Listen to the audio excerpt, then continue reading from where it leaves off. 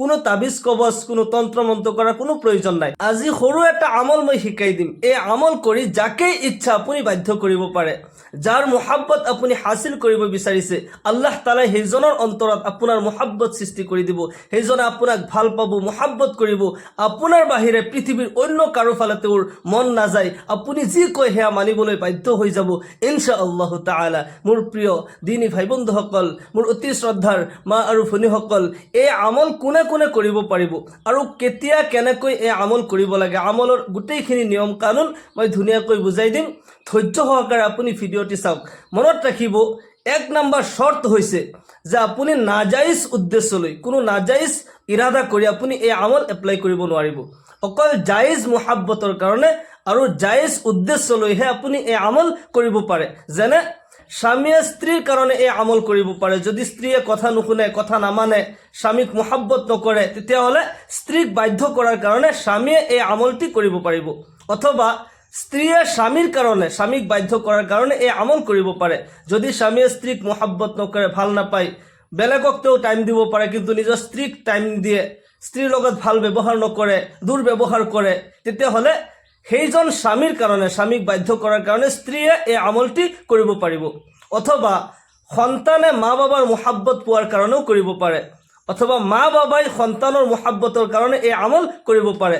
ভাই ককাইৰ মাজত যদি কিবা বিচ্ছিন্ন হৈ আছে, কথা বতৰাত কিবা কাজিয়া লাগি তেওঁলোকৰ মাজত আলাগ হৈ আছে, ভাই ককাইৰ মোহাব্বতৰ কাৰণে, ভাই ভনীসকলৰ মোহাব্বতৰ কাৰণে এই আমল কৰিব পাৰে। শাহু বোৱাৰীৰ মাজত কাজিয়া লাগি থাকে, বোৱাৰীয়ে শাহুৰ মোহাব্বত পোৱাৰ কাৰণে অথবা শাহু মাকে বোৱাৰীৰ মোহাব্বত পোৱাৰ কাৰণে এই আমল কৰিব পাৰে। মনত ৰাখিব, অকল জায়েজ মোহাব্বত, যিবোৰ মোহাব্বত নেকি জায়েজ হয়, শৰীয়তে যিবোৰ জায়েজ কৈছে সেইবোৰ মোহাব্বত হাসিল কৰাৰ কাৰণে আপুনি এই আমল কৰিব। কোনো নাজাইজ উদ্দেশ্যলৈ, কাৰোবাৰ বিবিৰ মোহাব্বত পোৱাৰ কাৰণে, কোনোবা আজনবী ছোৱালীৰ মোহাব্বতৰ কাৰণে যদি এই আমল কৰে, তেতিয়াহ'লে সেয়া বিলকুল নাজাইজ আৰু হাৰাম হয়। তাৰ কাৰণে আপুনি ক্ষতিৰ সন্মুখীন হ'ব লাগিব, হয়তো বহুত ডাঙৰ ক্ষতিত আপুনি পৰি যাব। গতিকে তেনেকুৱা ভুল নকৰিব। জায়েজ মোহাব্বতৰ কাৰণে বহুত সংসাৰ, আজি স্বামী স্ত্ৰীৰ মাজত মিল মোহাব্বত নথকাৰ কাৰণে বহুত সংসাৰ ধ্বংস হৈ গৈছে। শাহু বোৱাৰীৰ মাজত কাজিয়া লাগি, ভাই ককাইৰ মাজত কাজিয়া লাগি কিমান সংসাৰ বৰবাদ হৈ আছে। সেইবোৰ সংসাৰ, ভাঙা সংসাৰবোৰ যদি আপুনি যোগাৰ কৰিব পাৰে, জোৰ কৰিব পাৰে, মোহাব্বত হাসিল কৰিব পাৰে, মোহাব্বতৰ কাৰণেইতো ৰিষ্টা কায়েম হয়। আৰু মোহাব্বত নাথাকিলে যেতিয়া বুগজ আৰু আদাৱত হৈ যায়, যেতিয়া নফৰতৰ সৃষ্টি হয়, ঘৃণাৰ সৃষ্টি হয়, তেতিয়াইতো তেওঁলোকৰ মাজত জুদাই হৈ যায়। সেইকাৰণে যিমান হালাল সম্বন্ধ আছে, যিমান জায়েজ মোহাব্বত আছে, সেইবোৰ মোহাব্বত হাসিল কৰাৰ কাৰণে এই আমল আপুনি কৰিব। মই প্ৰথমতে কৈ দিছোঁ। এতিয়া কথা হৈছে আমল কেতিয়া আৰু কেনেকৈ কৰিব লাগে, আমল কিখিনি কৰিব, কোনখিনি আমল কৰিব লাগিব মই কৈ আছোঁ। আমল কৰাৰ নিয়ম, আপুনি দিন কিংবা ৰাতি যিকোনো সময়ত এই আমল কৰিব পাৰে। দিনতো কৰিব পাৰে, ৰাতিও কৰিব পাৰে। কিন্তু ইয়াৰ কাৰণে শৰ্ত হৈছে আমল কৰাৰ আগত আপুনি সুন্দৰকৈ অজু কৰিব, পবিত্ৰ হৈ। আল্লাহ তাআলাই 2 শ্ৰেণীৰ মানুহক বেছি ভাল পায় আৰু মোহাব্বত কৰে। ইন্নাল্লাহা ইউহিব্বুত তাওয়াবিন ওয়া ইউহিব্বুল মুতাতাহহিৰিন। আল্লাহ তাআলাই এই 2 শ্ৰেণীৰ মানুহক বেছি ভাল পায়। এটা হৈছে যিসকলে নেকি তওবা কৰে, গুনাহ কৰাৰ পিছত যেতিয়া তওবা কৰে। এজন মানুহে ভুল কৰিব পাৰে, শয়তানৰ চক্ৰান্তত পৰি বা জ্ঞানৰ অভাৱত কেতিয়াবা মানুহৰ ভুল হৈ যায়, জানি নাজানি সৰু ডাঙৰ ভুল হৈ যায়। কিন্তু ভুল কৰাৰ পিছত যেতিয়া তওবা কৰে, আল্লাহ তাআলাই সেইজন বান্দাক ভাল পায়, মোহাব্বত কৰে। কুল্লু বানি আদামা খাত্তাউন ওয়া খায়ৰুল খাত্তাইনা আত-তাওয়াবুন। সকলো মানুহ গুনাহগাৰ হয়, মানুহে গুনাহ কৰিব পাৰে। কিন্তু সকলো গুনাহগাৰৰ মাজত সেইসকল গুনাহগাৰ আল্লাহ তাআলাৰ পছন্দনীয়, যিসকলে গুনাহ কৰি উঠি তাৰপিছত তওবা কৰে। গুনাহ এবাৰ হৈ যায়, যদিও হৈ গৈছে, তওবা কৰা আল্লাহ তাআলাই ভাল পায়। আৰু দ্বিতীয় নম্বৰত যিসকলে নেকি পবিত্ৰতা অৰ্জন কৰে, পাক পবিত্ৰ হৈ থাকে, আল্লাহ তাআলাই তেওঁলোকক ভাল পায়, মোহাব্বত কৰে। সেইকাৰণে আপুনি পাক পবিত্ৰ হ'ব লাগিব, সুন্দৰকৈ অজু কৰিব আৰু সুন্নতি নিয়মত এক অংগ 3 বাৰকৈ ধুই ভালকৈ আপুনি অজু কৰিব। আল্লাহৰ ৰাসূল জনাব মুহাম্মদুৰ ৰাসূলুল্লাহ সাল্লাল্লাহু আলাইহি ওয়াসাল্লাম ইৰশাদ কৰে, মোৰ যিসকল উম্মতে সুন্দৰকৈ অজু কৰে তেওঁলোকৰ কাৰণে আল্লাহ তাআলাৰ পক্ষৰ পৰা 2টা পুৰস্কাৰ। এটা হৈছে যে তেওঁলোকৰ অজুৰ অংগৰ দ্বাৰা যিমান গুনাহ হৈছিল, হাত ভৰি চেহাৰা নাক কাণ এইবোৰৰ দ্বাৰা যিমান পাপ হৈছিল, অজুৰ পানীৰ লগে লগে খহি পৰি যায়, আল্লাহ তাআলাই মোচন কৰি দিয়ে। সুবহানাল্লাহ। আৰু দ্বিতীয় নম্বৰ পুৰস্কাৰ হৈছে সেইসকল উম্মতৰ এই অজুৰ অংগবোৰ কিয়ামতৰ দিনাখন নূৰৰ দৰে জিলিকি থাকিব। হাত ভৰি চেহেৰা নূৰৰ দৰে জিলিকি থাকিব। মই দেখিলেই চিনি পাই যাম যে এইসকল মোৰ উম্মত হয় আৰু মই শ্বাফাআত কৰি আল্লাহৰ জান্নাতত প্ৰৱেশ কৰাই দিম। সুবহানাল্লাহ। সেইকাৰণে সুন্দৰকৈ অজু কৰিব। ইয়াৰ পিছত যদি আপুনি পাৰে, যদি মনত থাকে, এই আমলটি গোটেই সহজ। আপুনি অজুৰ পিছত যেতিয়াই অজু কৰে পশ্চিম আকাশৰ ফালে শাহাদত আঙুলি উঠাই আশহাদু আল্লা ইলাহা ইল্লাল্লাহু ওয়াহদাহু লা শাৰীকা লাহু ওয়া আশহাদু আন্না মুহাম্মাদান আবদুহু ওয়া ৰাসূলুহু।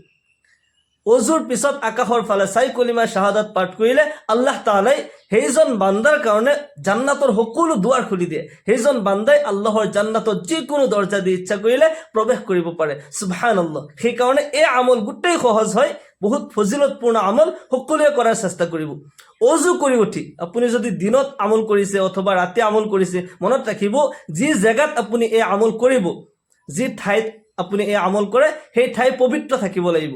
যিটো ৰুমত আপুনি এই আমল কৰে যাতে এই ৰুমত কোনো নাপাক বস্তু নাথাকে, কোনো জীৱ জন্তুৰ ফটো, মানুহৰ ফটো যাতে নাথাকে। কাৰণ নামাজ সেই জায়গাত কোনো নামাজ কবুল নহয় য'ত নেকি কোনো জীৱ জন্তুৰ ফটো আছে, কোনো নাপাক বস্তু আছে, কোনো বাদ্যযন্ত্ৰ আছে। এইবোৰৰ পৰা পবিত্ৰ কৰি ল'ব। বা কুকুৰ সেই ঘৰত থাকিব নোৱাৰিব, কোনো পুতলা থাকিব নোৱাৰিব। এইবোৰৰ পৰা যদি পবিত্ৰ হয় তেনেকুৱা স্থানত আপুনি এই আমল কৰিব।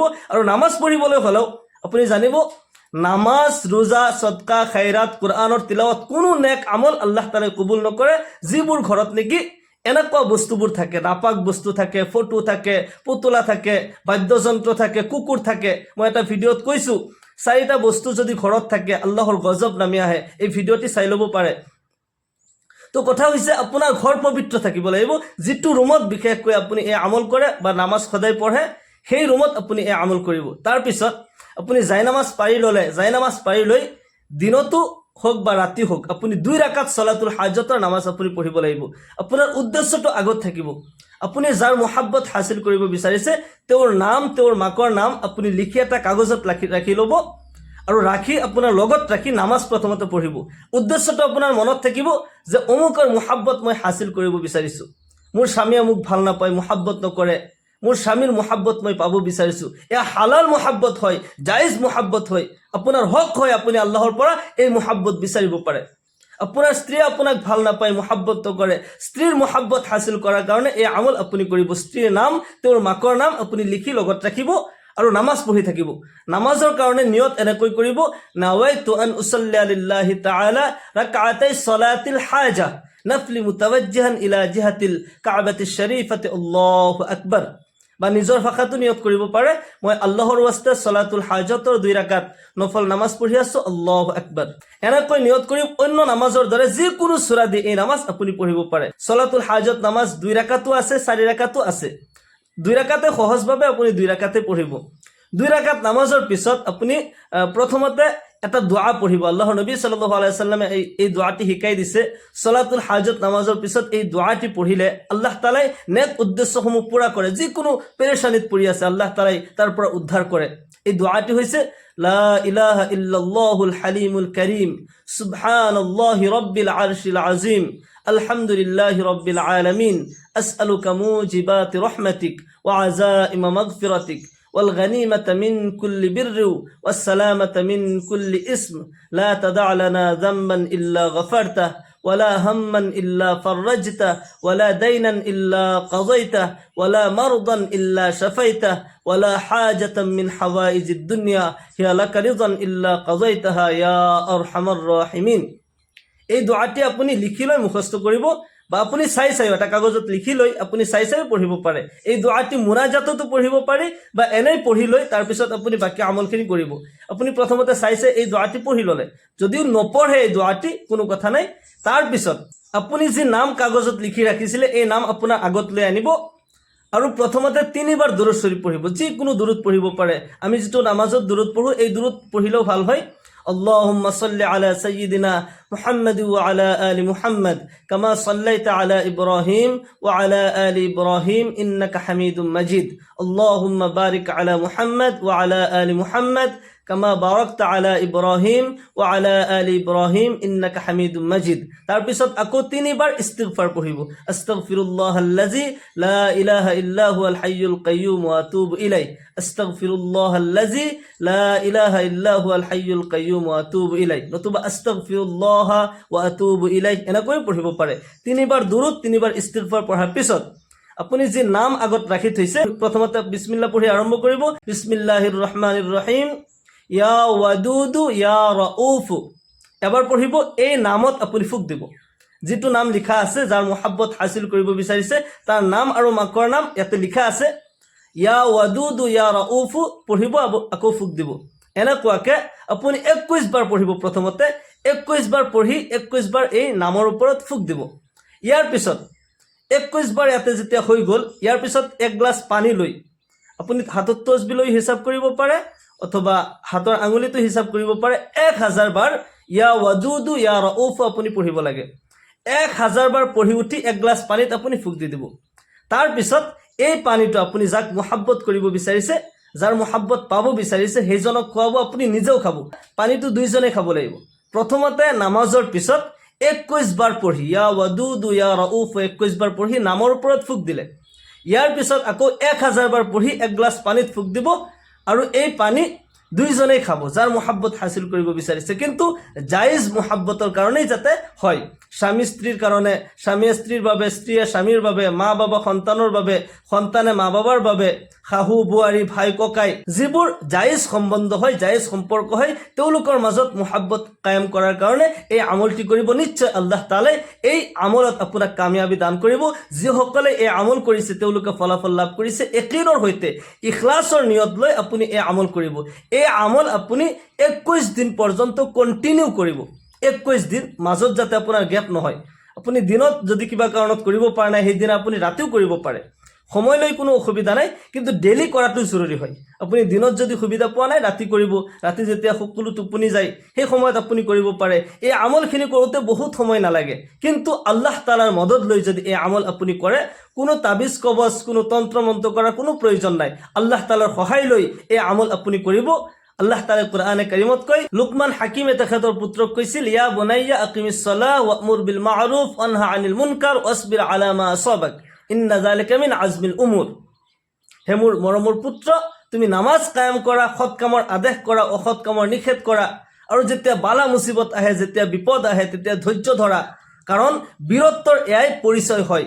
যিসকল নেকি আল্লাহ তাআলাৰ পৰা কিবা পাব বিচাৰে, কিবা কামিয়াবি হাসিল কৰিব বিচাৰে, তেওঁলোকে ধৈৰ্য ধৰে, সৎ কামৰ আদেশ কৰে, নিজৰ ফালৰ পৰা কোনো ভুল নকৰি নিজে সৎ কাম কৰি আনক সৎ কামৰ আদেশ কৰা, অসৎ কামৰ নিষেধ কৰা, বিপদ আহিলে ধৈৰ্য ধৰা, মুসিবতত পৰিলে আল্লাহ তাআলাৰ পৰা মদত বিচৰা। নিশ্চয় আল্লাহ তাআলাই তেওঁলোকক কামিয়াবি দান কৰে। মহান আল্লাহ তাআলাই আমাক সকলোকে কোৱা আৰু শুনাতকৈ বেছি বেছি আমলৰ তৌফিক দান কৰক। আমাক সকলোকে ইহকাল পৰকালৰ সকলো কল্যাণ দান কৰক। সকলোকে আল্লাহুম্মা আমিন। ওয়া আখিৰু দাওয়ানা আনিল হামদুলিল্লাহি ৰাব্বিল আলামিন। আসসালামু আলাইকুম ওয়া ৰাহমাতুল্লাহি ওয়া বাৰাকাতুহু।